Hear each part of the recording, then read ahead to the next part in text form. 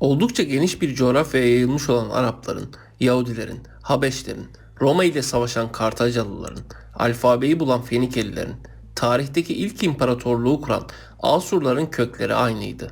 Sami halkı.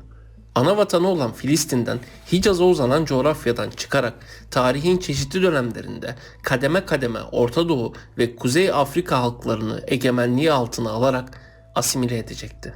Samilerin köklerine bakarken diğer üst halkları değerlendirme yöntemlerinden farklı bir yol izlemek gerekir. Öyle ki Samileri oluşturacak olan insan toplulukları diğerleri gibi tarihin çeşitli dönemlerinde binlerce kilometre mesafelere göç etmemiştir. Öyle ki günümüzden 85 bin yıl önce Afrika'dan çıkan ilk insanlar ilk olarak Arap Yarımadası'na ayak basmıştır. Günümüzde Afrika dışında yaşayan 6,5 milyar insanın neredeyse tamamının büyük atası Arabistan'da bulunmuştur. Samileri oluşturacak insanların atalarının göç etmeme sebebi elbette ekonomik temelliydi. Öyle ki dünyada yaşanan buzul çağları düşünüldüğünde gerek tarım için gerekse iklim açısından bölge tartışmasız idealdir. Günümüzde 470 milyonu aşkın insan kendisini Sami kökenli bir halka mensup olarak görmekte ya da Sami dil ailesinden bir dil konuşmaktadır. Ana dil olarak 420 milyon konuşanıyla Arapça en kalabalık grubu oluştururken sırasıyla 32 milyon konuşanı ile Etiyopya'nın resmi dili olan Amharca, 10 milyonu aşkın konuşanı ile Yahudi dili İbranice ve Eritre'de 10 milyon konuşanı ile Tigrinya, Sami dilleri arasında en yaygın dillerdir. Ayrıca 2 milyonluk nüfusu ile modern Aramice konuşan Süryani ve Keldani halkları, 700 binlik nüfusları ile Tigreliler ve 500 binlik nüfusu ile Maltalılar günümüzde halen varlığını sürdüren diğer önemli Sami halklarıdır. Samilerin yerleştikleri coğrafyadan ötürü esas amacı göç yollarını belirlemek olan genetik çalışmaların verilerinin oldukça sınırlı kalması muhtemeldir. Öyle ki Samilerin yayıldığı coğrafyada Samilerle temasa geçmiş olan tüm halklar genellikle istila sonrasında bir şekilde Samileşmiştir. Diğer taraftan aynı coğrafya hem birçok tarih öncesi göç yolunun üzerinde hem de tarihte en fazla istila hareketlerinin ve savaşın yaşandığı coğrafyadır. Fakat genetik çalışmalar yine de bize tarih öncesi Samiler ile günümüz Samileri arasında mukayese ve günümüz Samileri arasındaki genetik akrabalık düzeyleri noktasında sınırlı bilgiler verebilir. Samiri Yahudileri, Tunus Yahudileri üzerinde yapılan genetik çalışmalarda neredeyse tüm deneklerde haplogrup J tespit edilirken diğer Yahudi gruplarında da en baskın haplogrup J olarak tespit edilmiş, ayrıca ikinci sırada ise haplogrup E tespit edilmiştir. Diğer taraftan Arabistan, Yemen, Filistin, Irak coğrafyasında Araplar üzerinde yapılan çalışmalarda da benzer sonuçlar elde edilmiştir. Haplogrup J'nin Ürdün, Arabistan, Yemen, Irak, Suriye coğrafyasında tartışmasız en baskın haplogrup olduğu görülmekle birlikte ikinci sırada görülen haplogrup E %20'den fazla değildir. Bununla birlikte Araplar arasında G, I, R1A ve R1B'de görülmektedir. Fakat Süveyş kanalının batısına geçtiğimizde ise durum tam tersine dönmektedir. Mısır, Libya, Tunus, Cezayir, Fas gibi günümüzde Arapça konuşan ve kendilerini Arap olarak tanımlayan insanlar üzerinde yapılan onlarca çalışma bu insanlarda bariz şekilde baskın olan haplogrubun diğer Arap topluluklarından farklı olarak haplogrup E olduğunu göstermiştir. Günümüzde Mısır dahil Kuzey Afrika'da yaşayan insanların 1300 yıl önce halifelik devletinin bölgeleri ele geçirmeden önce farklı bir dil konuştuğu bilinmekte olup Sami olan Araplar tarafından Araplaştırıldıkları düşünülmektedir. Öyle ki günümüzde 100 milyonu aşkın nüfusu ile en kalabalık Arap ülkesi olan Mısır'da Arapça öncesi Mısır'da konuşulan Kopt dilini ayin dili olarak kullanan Kıptiler üzerinde yapılan bir çalışmada haplogrup E oranı %74 olarak tespit edilirken haplogrup J düzeyi oldukça düşüktür. 15 milyon nüfusa sahip Kıptiler Hristiyanlığı benimsediği için kendilerini Arapça konuşuyor olsalar da Arap olarak nitelendirmemektedir. Diğer taraftan Etiyopya'da Sami kökenli Amhara halkında yine Araplarla benzer şekilde haplogrup J baskın olarak saptanmıştır. Etiyopya'da yaşayan ve Sami kökenli olmayan halklarda ise baskın haplogrubun Kuzey Afrikalılar gibi haplogrup E çıkması da şaşırtıcı değildir. Öyle ki bu etnik grupların günümüzde farklı bir dil konuşması Arap egemenliğinde kalmalarından ötürüdür.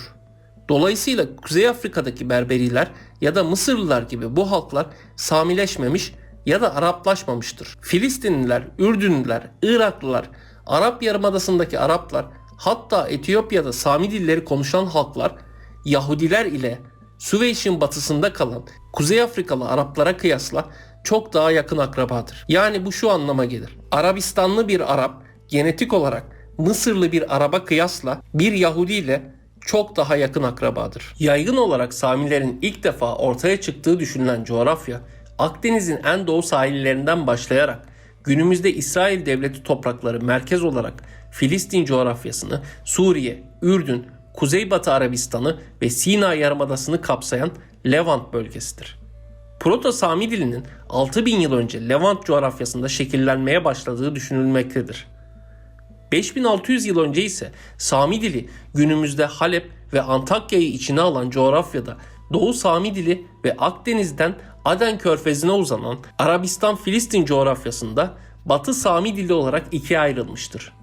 Sonrasında Doğu Sami dilleri Akatça, Babilce, Asurca gibi tarihteki önemli medeniyetlerin dillerini oluştururken binlerce yıl sonra Aramice'ye dönüşecek, Suriye'den Irak coğrafyasına uzanan topraklarda önemli bir nüfusun ana dili olacaktır. Günümüzde Aramice'yi konuşan dünya üzerinde sadece 2 milyon insan bulunmaktadır. Günümüzde bir kısmı halen yaşayan diller olan Arapça, İbranice, Maltaca, Habeşçe, Tigrece, Tigrinyaca ve Fenike dilleri ise Batı Sami dillerini oluşturacaktır. 4300 yıl önce ise Akatlar Mezopotamya'ya yerleşmeye başlayacak ve bölgedeki farklı Sami halkları ile birleşerek Sümer medeniyetini sarsmaya başlayacaklar. Sonrasında ise Sümerleri asimile ederek bölgede Sami halkların iktidarını sağlayacaklardır. Antik Akat, Babil, Asur medeniyetleri Sami kökenli medeniyetler olup Sami olmayan Sümer kültürünün temellerinde medeniyetlerini kurmuştur. Bu tarihten sonra bölgede Elamlar haricinde Sami olmayan bir medeniyet kalmamış olup Elamların M.Ö. 646 yılında Sami Asur halkı tarafından yıkılmasıyla bölge tamamen Samileşmiştir. Bu süreçte Sümerler Samiler tarafından asimile edilirken Elamlar ise büyük oranda Hint-Avrupalı göçmenler tarafından asimile edilecek. Sami medeniyetlerinin temelini Sami olmayan Sümer kültürü, Pers medeniyetinin temelini ise Hint-Avrupalı ya da Sami olmayan Elam kültürü oluşturacaktır. Günümüzden yaklaşık 5200 yıl önce ise Batı Sami dilleri kendi arasında bölünerek Merkez Semitik ve Güney Semitik dilleri olarak iki gruba ayrılacaktı.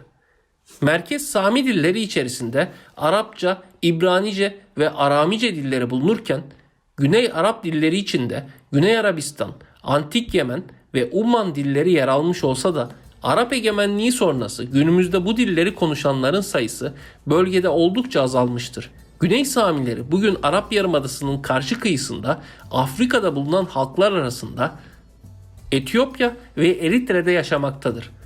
Amhara, Tigrece, Tigrinyaca dillerini konuşan halklar bu topluluklar içinde yer almakta olup bu insanların ataları günümüzden 4500 yıl önce bölgeye Yemen üzerinden geçmeye başlamış olup dilleri Etiyopya dillerine dönüşmeye başlamıştır. Aynı tarihlerde Arapça ile İbranice de farklı kollara ayrılmaya başlayacaktır. Günümüzden 2800 yıl öncesine kadar Samilerin yayılım alanı günümüz Mezopotamya, Filistin, Suriye, Sina ve Arabistan Yarımadası ile Habeşistan coğrafyası ile sınırlı kalmış olsa da alfabeyi bulan denizcilikte gelişmiş ve aynı zamanda Sami bir halk olan Fenikelilerin Akdeniz havzasındaki ticaret kolonileriyle yayılmaya başlayacaktır. Fenike kolonisi olarak kurulan ve sonrasında Doğu Akdeniz'de İspanya'ya uzanan bir egemenlik sahası oluşturan Roma'nın en büyük rakibi Kartaca Devleti günümüzden 2600 yıl önce kurulacak, hatta Hannibal Barca adlı ünlü komutanı ile Roma'yı yıkımın eşiğine getirecek. Fakat M.Ö. 146 yılında Kartaca'nın yıkılması ile Roma'nın yükselişi başlayacaktır. Fenikeliler ve Kartacalılar sayesinde Samiler tüm Akdeniz havzasına, Kuzey Afrika'dan Güney Avrupa kıyılarına kadar yayılacaktı. Günümüzden 2200 yıl önce ise Samiler dil temelli ve yakınlık açısından 4 gruba ayırabiliriz. Kenan Samileri grubunu oluşturan birbiriyle akraba Fenikeliler, Filistinliler, Kartacalılar ve Yahudiler içinde günümüzde dili ulaşan tek halk Yahudilerken Kartacalılar Akdeniz havzasında, Berberiler, Hint-Avrupalılar, Yunanlılar arasında asimile olarak yok olurken Fenikeliler de benzer bir kaderi paylaşırken bir kısım Fenikeli Sami akrabalarının dillerini benimsemiştir. Filistinliler ise büyük oranda önce Aramice'yi benimseyecek, sonrasında ise İslam'ın etkisiyle Arapçayı benimseyecektir. Eski Arapça olarak bilinen ve günümüzde Arapçaya evrilen dili konuşan insanlar ana vatanları olan Orta, Kuzey, Güneydoğu Arap Yarımadası'na ve Güney Sina'ya yayılmıştır. Aynı dönemde Saba halkı olarak bilinen Yemen'e egemen olmuş Yemenlilerin ataları günümüzden 4500 yıl önce Mail medeniyetini kurmuş, sonrasında 2800 yıl önce ise Saba krallığını kurmuştur. Arap Yarımadası'nın ilk medeniyetleri Yemen coğrafyasında çıkarken Samiler Umman coğrafyasına, Afrika'da Etiyopya ve Eritre'ye bu kültür bölgesinden göç etmiştir. Sebe Krallığı'nın 275 yılında yıkılmasından sonra Himyar Krallığı kurulmuştur. Arap Yarımadası'nın kültür merkezi olan Yemen ve Sebelilerin anlatıldığı Kur'an'da 54 ayetten oluşan Sebe suresi bulunmaktadır. Kur'an'da geçmekte olan milattan sonra 540 yılında Marib Barajı'nın yıkılması nedeniyle bu medeniyet büyük hasar almış olup bölgenin bir kısmı 570 yılında akraba Sami bir halk olan Aksum Krallığı tarafından işgal edilmiştir. Yemen'in geri kalanı ise Sasaniler tarafından işgal edilecektir. İslam'ın Arap Yarımadası'nda yayılmaya başlamasıyla birlikte Yemen Araplar tarafından ele geçirilerek zamanla asimile edilecek, bölge dili Arapça ile değişmeye başlayacaktı. Günümüzde Antik Yemen ve Umman dillerini konuşanların sayısı 300 ile 400 bin civarında olduğu düşünülmektedir. Bu diller arasında Bathari ve Hobyot dili gibi konuşan sayısı 100'ün altına düşmüş, yok olmak üzere olan diller de bulunmaktadır. Yemen'deki Sebe halkı 2800 yıl önce Kızıldeniz'in karşı kıyısına geçerek tıpkı Fenikeliler gibi ticaret kolonileri kurmuş ve sonrasında bölgeye Sami halkları büyük oranda yerleşmeye başlamıştır. Etiyopya ve Eritre'de konuşulan antik Yemen dilleriyle akraba diller günümüze değin güçlü şekilde varlığını sürdürmüş olup bu diller arasında Amharca 32 milyonu aşkın insanın ana dili olup Etiyopya devletinin de resmi dilidir. Ayrıca Amharca günümüzde Arapçadan sonra en fazla konuşana sahip ikinci Sami dilidir. Günümüzden 2200 yıl öncesine baktığımızda henüz Arapça halen medeniyet kuramamış parçalı kabileler arasında konuşulurken dünyada egemen Sami dili Aramiceydi. Akkad, Asur ve Babil halklarının konuştuğu dilin evrilmesiyle ortaya çıkan Aramice, Mezopotamya, Suriye, Ürdün ve Filistin coğrafyasında tartışmasız egemen dil olmuştur. Bu coğrafyanın o tarihlerde nüfus yoğunluğunun geri kalan dünyaya kıyasla oldukça fazla olduğu unutulmamalıdır. Bölgede Aramice etkisi öyle güçlüydü ki Hint-Avrupa kökenli Persler dahi resmi yazışmalarında Aramice'yi kullanacak, Yahudiler günlük konuşmalarında Aramice'yi benimseyecekti. Öyle ki Hristiyanlığın kurucusu İsa peygamberin dahi ana dili Aramice'dir. Bir zamanlar dünyadaki en yaygın dil olan Aramice, günümüzde sadece 2 milyon konuşanı kalmış bir dildir.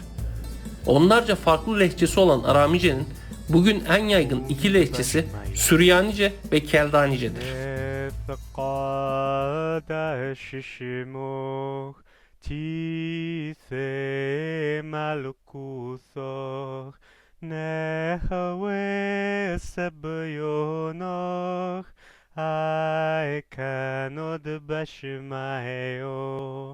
Of baro hablan lahmud sinqonan ya